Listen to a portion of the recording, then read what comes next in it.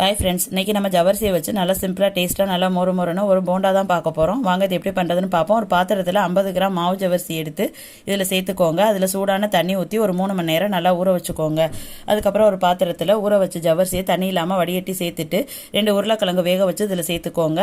அதுக்கப்புறம் 2 ஸ்பூன் கடலை மாவு, 1 ஸ்பூன் பச்சரிசி மாவு, 1/2 spoon red chilli powder, 1 spoon மிளகாய்த்தூள், 1/2 ஸ்பூன் கரம் மசாலா, கொஞ்சம் கருவேப்பிலை, 2 பச்சை மிளகாய் நறுக்கி சேர்த்துட்டு கொஞ்சம் கொத்தமல்லி, 2 பெரிய வெங்காயம் நறுக்கி சேர்த்துட்டு உப்பு போட்டு நல்லா பிசைஞ்சுக்கோங்க. இதை போண்டா போடுற அளவுக்கு நல்லா இந்த மாதிரி பிசைஞ்சு எடுத்துக்கோங்க. இப்போ எண்ணெயில் போட்டு பொரிச்சு எடுத்துக்கலாம். கடாயில் பொரிக்கிறதுக்கு தேவையான அளவு எண்ணெய் ஊற்றிக்கோங்க. எண்ணெய் ஹீட் ஆனதுக்கப்புறம் அடுப்பை மீடியம் ஃப்ளேமில் மாற்றிட்டு சின்ன சின்ன உருண்டைகளாக உள்ளே போட்டுக்கோங்க. எண்ணெய்க்குள்ளே போட்டுக்கோங்க. 1 நிமிஷம் அப்படியே விட்டுட்டு அதுக்கப்புறம் திருப்பி விட்டுக்கோங்க. திருப்பி விட்டுட்டு நல்லா செவந்து வந்ததுக்கப்புறம் எடுத்து ஒரு பிளேட்டில் மாற்றிக்கோங்க. சிம்பிளாக டேஸ்ட்டாக நல்லா மொறு மொறுன்னு ஜவர்சி போண்டா ரெடி ஆயிடுச்சு. இதே மாதிரி நீங்கள் செஞ்சு பாருங்கள். பிடிச்சிருந்தா லைக் பண்ணுங்கள், ஷேர் பண்ணுங்கள்.